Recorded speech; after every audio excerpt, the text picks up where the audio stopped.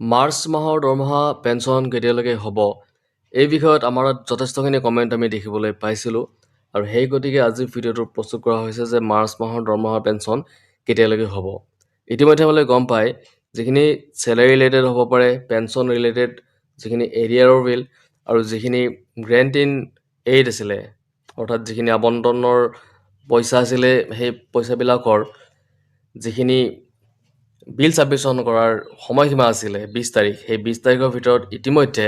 বিলবিলাক ছাবমিশ্যন কৰি দিয়া হৈছে আৰু আমি দেখা পাইছিলোঁ এটা ৱায়াৰলেছ টেলিগ্ৰাফী মেছেজ এটা আমি 17 তাৰিখত দেখিবলৈ পাইছিলোঁ, 17 মাৰ্চ তাৰিখত, আৰু তাত প্ৰত্যেকজন ট্ৰেজাৰী অফিচাৰলৈকে মেছেজ এটা আহিছিলে আৰু সেই মেছেজটো কোৱা হৈছিলে যে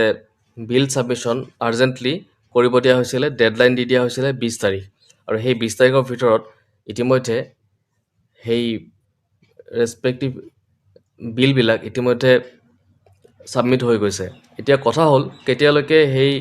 পইচাখিনি পাবলৈ সক্ষম হ'ব, দৰমহা বা পেঞ্চন। এটা কথা আপোনালোকে জানে, এইটো হৈছে ফাইনেন্সিয়েল ইয়েৰৰ লাষ্ট মান্থ, অৰ্থাৎ 31 তাৰিখলৈকে সময়সীমা আছে। ভাৰতত সাধাৰণতে ফাইনেন্সিয়েল ইয়েৰ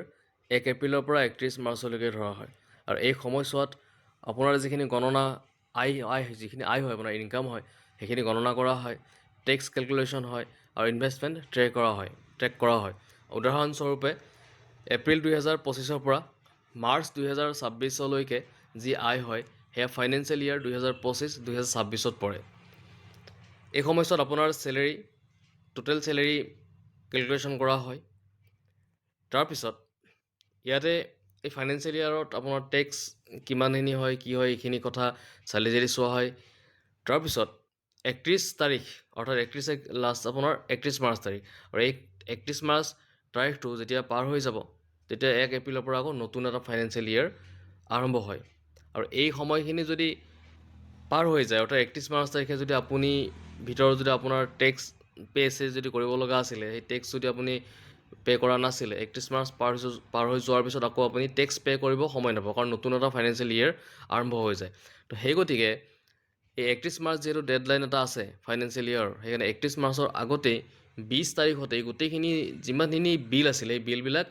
জমা কৰাৰ এটা নিৰ্দেশ ট্ৰেজাৰী অফিচাৰসকলক দিয়া হৈছে আৰু সেই গতিকে যিহেতু বিলবিলাক ইতিমধ্যে জমা হৈছে, আপোনালোকৰ পেঞ্চনখিনি এজ ইউজুৱেল আগৰ টাইমতেই, অৰ্থাৎ যি 25 তাৰিখৰ পৰা অনৱাৰ্ডছ পাবলৈ আৰম্ভ হয় সেইখিনি পাবলৈ আৰম্ভ হ'ব আৰু যিখিনি চেলেৰী, সেই চেলেৰীবিলাক, দৰমহাবিলাক 1 তাৰিখৰ পিছত আপোনালোকে পাবলৈ সক্ষম হ'ব।